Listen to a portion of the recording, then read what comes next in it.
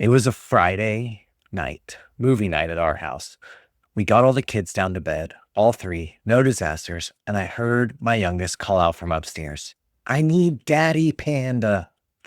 That's a signal on our house. Whichever parent is downstairs starts looking. And there he was, just chilling on the couch. I scooped him up and tossed him to my wife at the top of the stairs.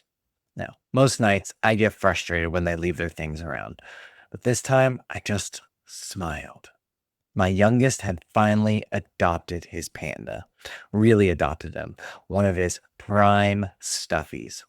That meant I had done it, passed on my love of pandas to all three kids. We were always going to have something to love together. Even if the degrees of love vary, pandas could always unite us. After that, my house got quiet. The dishwasher was humming in the dark kitchen. The toys were sort of back in their bins. My wife finally snuggled next to me on the couch. Every box of fatherhood checked.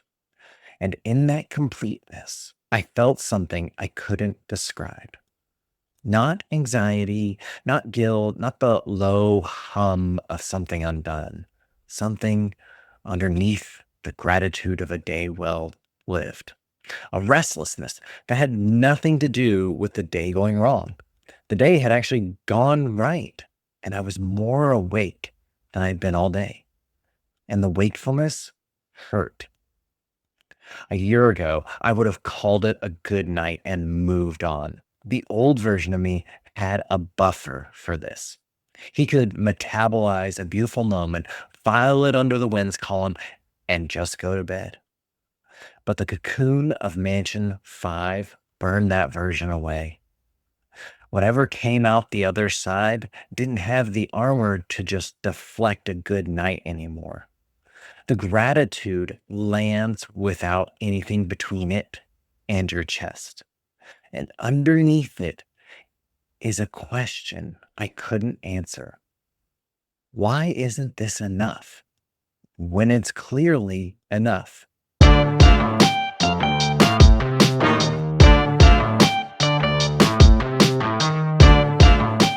Hello, my name is Jacob Pannell, and this is Faithful Fatherhood. Today, we're talking about the ache of a good day, or why taking off the armor changes how your family finds you. If you've been reading this series, we've been exploring the interior life of a father using Saint Teresa of Avila's The Interior Castle. Mansion 4 was surrender, laying down the pump, letting God reach you through the cracks in your buffer. Mansion 5, that was last week, was the cocoon, the daily death blow, forfeiting your credentials, dying to something you couldn't predict.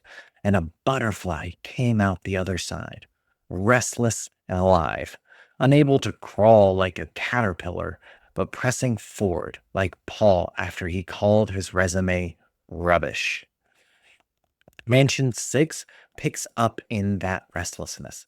And I'll tell you up front, it's the wildest room in the castle. St. Teresa devotes twice as much text to it as any other mansion, walking us through visions, graces, and encounters that after weeks inside her text came down to one word for me: presence.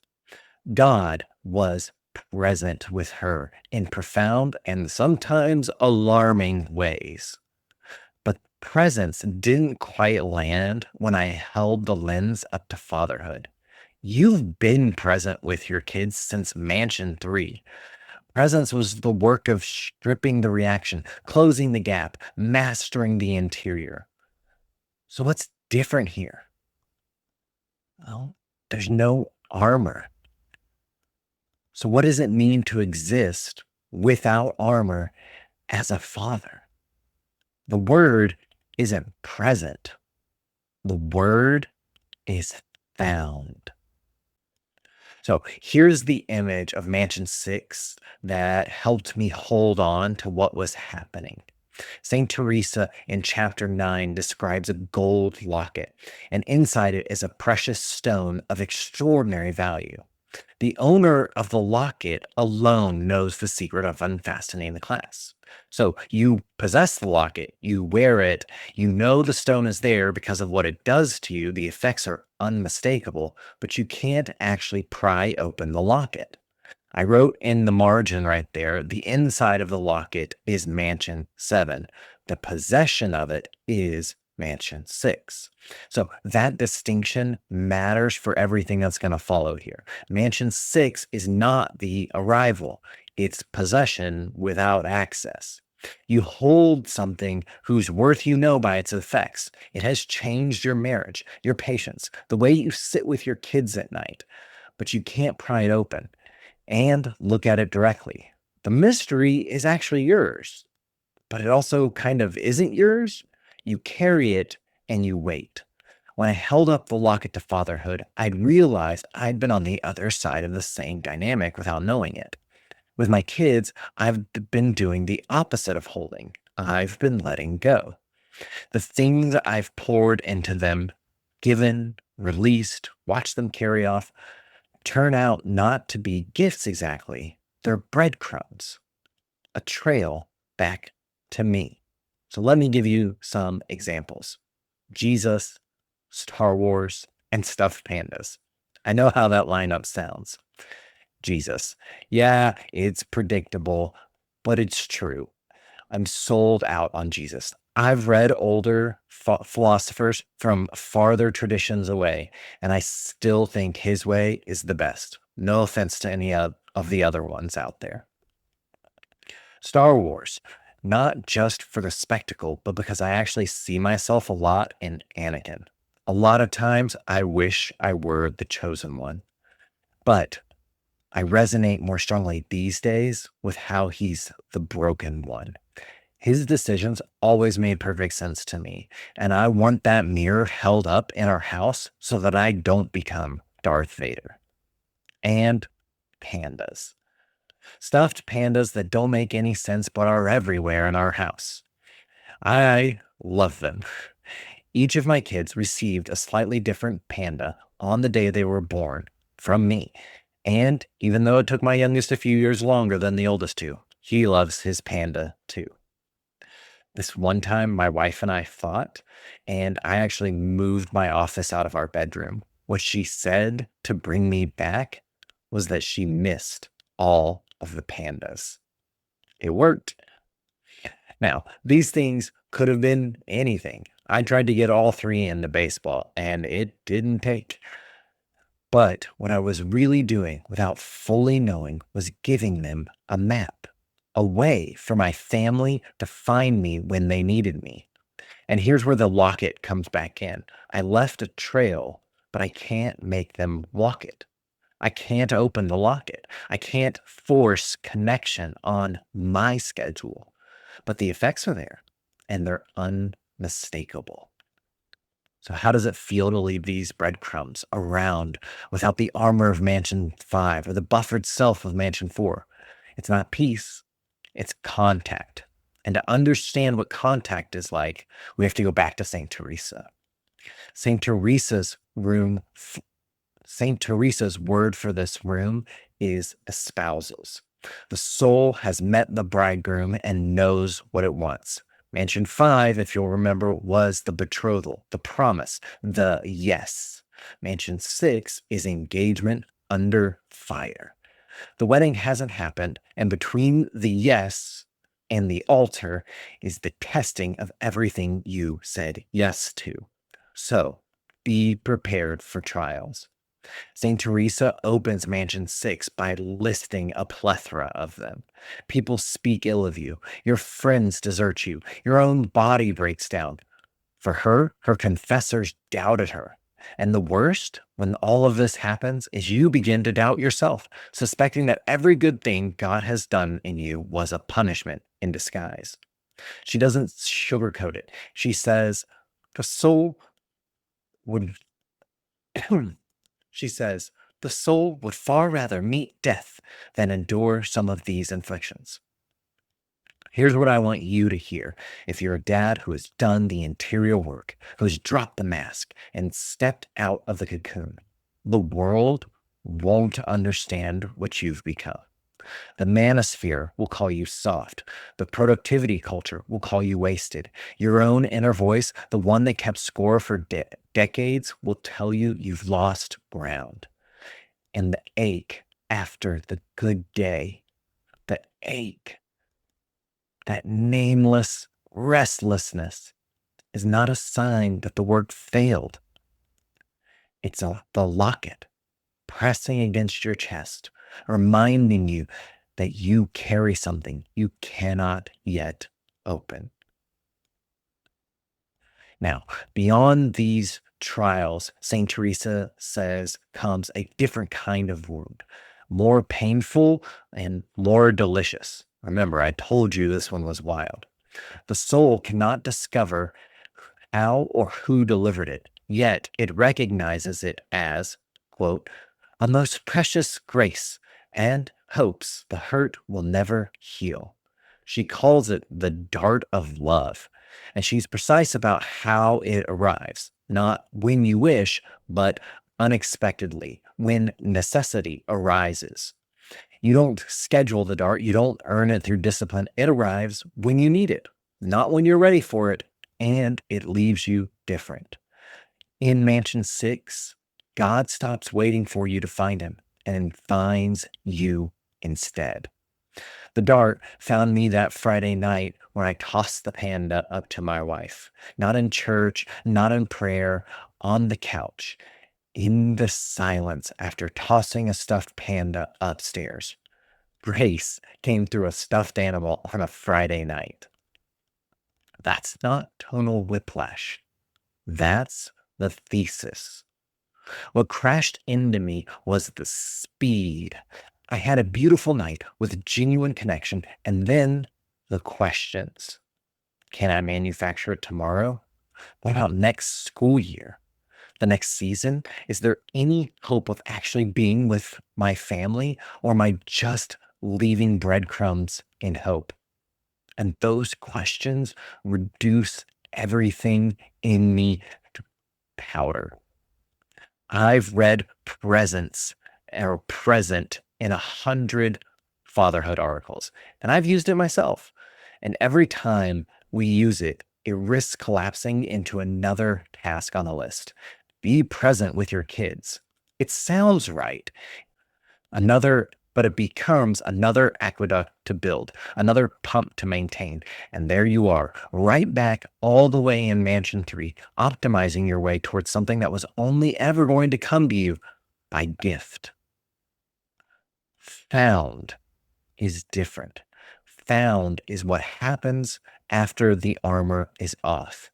The father who gave himself the death blow in Mansion 5, who forfeited his credentials and entered the cocoon, who came out the other side unable to crawl. That father is not performing presence. He's become findable. And then he gets down. It runs in both directions. The father who can be found by God is also the father who can be finally found by his kids. Not the managed version, not the optimized dad with the parenting strategy, the actual man.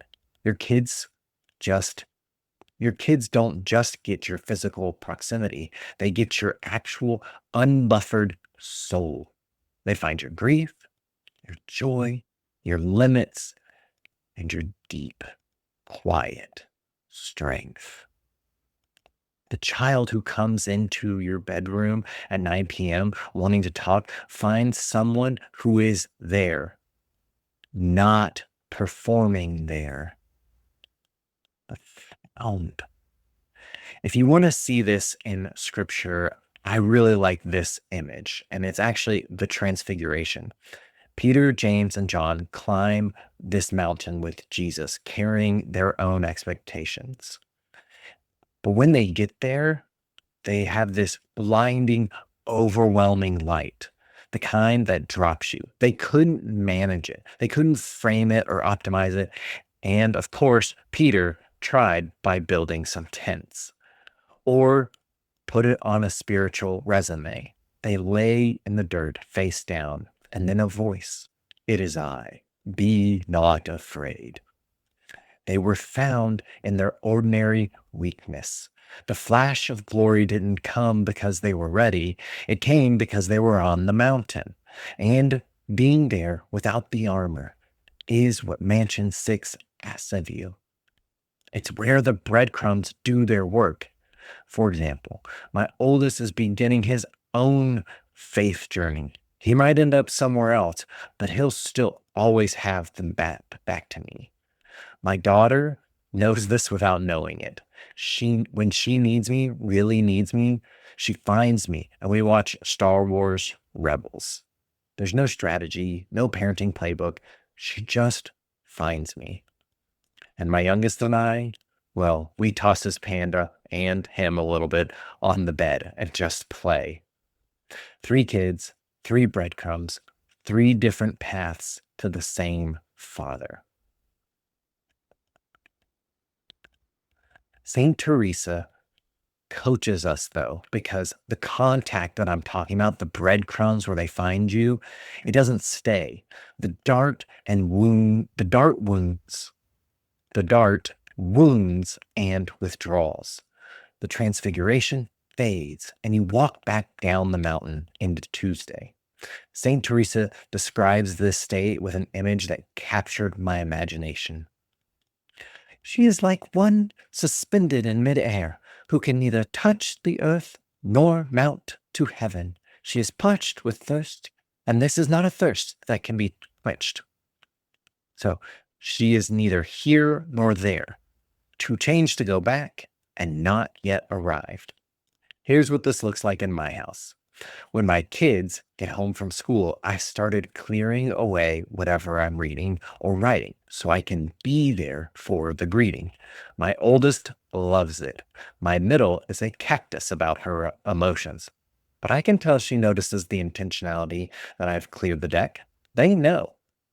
But they're also older now, and they bring home school with them. So I get to engage, but I have to still engage as a parent, not as a friend or something more. They're exhausted from living through the busyness that is theirs. So we get a snack, collapse for a bit, maybe watch some Dude Perfect right now, and then they perk up and we can actually connect. But even then, I'm receiving them more than they're receiving me. That's suspension in midair. I've cleared the desk. I've done the work of being findable. And what I'm finding is that I can't yet share my world with them, only hold theirs. They aren't ready for mine. I want to show them who I've become, and I know it has to wait. And I can't go back to the dad who didn't want to show them anything. I'm too changed to go back. I'm not arrived yet. So here's what you need to hear if you're the dad floating in that gap. Don't resolve it too quickly. The temptation of Mansion 6 is to treat that ache as a problem to fix, to build another aqueduct, to find the right book or find the right framework, or maybe adjust the morning routine so that finally that distance closes. But St. Teresa says resistance only accelerates the motion. You must simply ride this one, follow it, and arrive at a place that is probably unexpected yet peaceful. The restlessness, the floating in midair, is not failure. The ache after a good day is not ingratitude. You're suspended between what you were and what you're becoming. And the suspension is Mansion 6. Don't resolve it. It holds you in midair and asks you to stay. But the suspension doesn't only show you what you're aching towards, it shows what's still in you that hasn't been carried off yet. St. Teresa has another image, and it might be more uncomfortable than the first. Quote, "Grace rushes through the soul like a strong, swift river. She writes, but the marks of imperfection remain like mire at the bottom of a riverbed."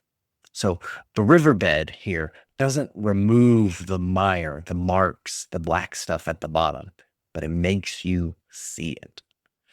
When the water trickled in earlier mansions, you couldn't see the bottom. The buffer itself obscured it. But when the current of Mansion 6 comes rushing through, the water clarifies. And there at the bottom, visible, maybe for the first time, is everything the work hasn't yet carried away. For me, the mire has a sound, and it's yelling. A few weeks ago, we had veggie night for movie night. Baked potatoes, broccolis, the works. I love veggie night because even my picky one eats his broccoli when popcorn during the movie is the reward. I tolerate veggie night because by the end, there are dried potato flakes everywhere crusted onto the table. This night, one of my kids attacked his potato right at the start, after all three of them had already been too rambunctious. Potato went everywhere. Time out for the spiller. The next one interrupted me. Timeout. The third one complained. Timeout. 3 kids, 3 timeouts in quick succession. My wife sat in stunned silence, probably to avoid getting sent to timeout herself, as if I could pull that off. Where the timeouts were, when the timeouts were over, everyone knew. The kids knew, my wife knew, I knew. And there I was, apologizing my way back through the evening, through the popcorn, through the movie, so we could get on with it. The reasons I lost my cool were terrible, foreseeable, the kind that don't survive even a sentence worth of reflection. And I had to sit there for the rest of the night, turning over the moment while everyone else moved on around me. I don't yell at my kids the way I used to, but I still yell. And when I do, when the old reaction comes back after I thought I'd moved way past it, the weight of it is worse now than it ever was. Because everybody knows, my wife knows, my kids know, I should be past this. And the only reason it cuts so deep is the progress. The river has rushed through and become clean water, but the mire is still at the bottom. And I can see it now with a clarity the old buffered version of me never had. The clearer the water, the more visible the mire. Each grace, Saint Teresa says, augments her pain. And now I understand why. The closer you get, the more you can see the distance between where you've been led and where you still are. You can see it all.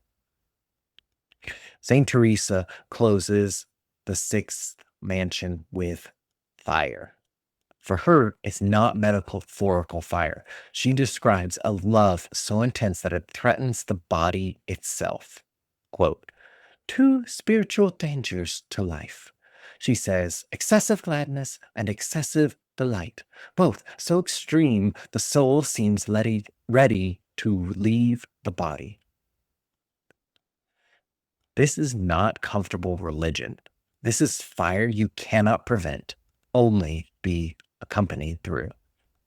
Here's where the furnace actually is. It's not in some ancient text. It's in your living room, or maybe at my dinner table.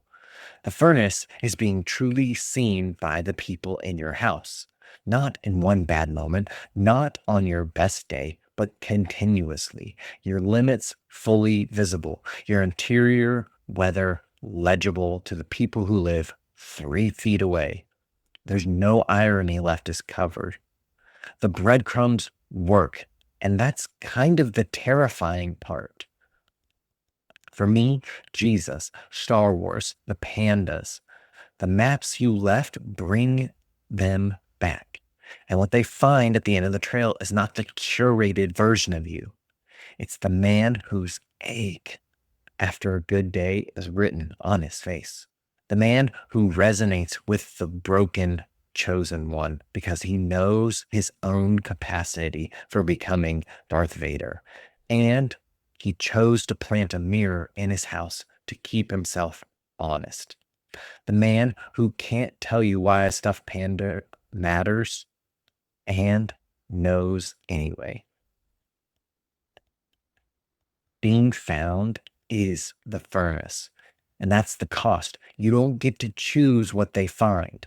To love them right now is to respect their world, which means choosing a pain so that you can love, holding back the full weight of who you are, not because you're hiding again, but because they aren't ready to carry it yet. And one day, when they are, you will be loved in return on a deeper level than most fathers will ever experience. But that day is not this day. Today is the fire. I pour everything I have into my kids, not for myself, but so that they can find themselves sooner than I ever could and have a better life than I did. And I had a great life from my parents. That's the bar I'm trying to beat. There's no guide for a stay-at-home dad to create it, though. And that's why I'm writing, to find it and be found by it, by my children, and hopefully theirs one day. Let me give you a final image, not from St. Teresa, but Jesus to help you on your journey through Mansion 6. Jesus framed it as a question. Can you drink the chalice that I shall drink? Now, Jesus asked it of James and John when they wanted seats of honor. They said yes without knowing what it would cost. He gave them the strength to mean it later. That question about the chalice is what Mansion 6 is asking you. You can't make it to Mansion 7. You can't actually be a part of a family without first letting them find you here in Mansion 6. You can't force open the locket. The breadcrumbs, you can't make them follow them. The dart, you didn't schedule it. The suspension, the floating in midair, you can't resolve it. The muck at the bottom of a river, you're finally seeing it. The furnace of being known. You already said yes, though. Back in Mansion 4, when you laid down the pump, or in Mansion 5, when you gave yourself the death blow. The yes is already on record. He gives it strength to follow it through later. But for now, you're back on the couch. The panda tossed up the stairs. The house is quiet, and the locket is pressing against your chest. You can't open it. You can't go back to the version of you that could ignore it. And the people you love most in this world, your wife, your children, finally have access to the real you. That access is the chalice. You said yes. And the repayment? It's not here. Not yet. That's Mansion 7. And that's next week.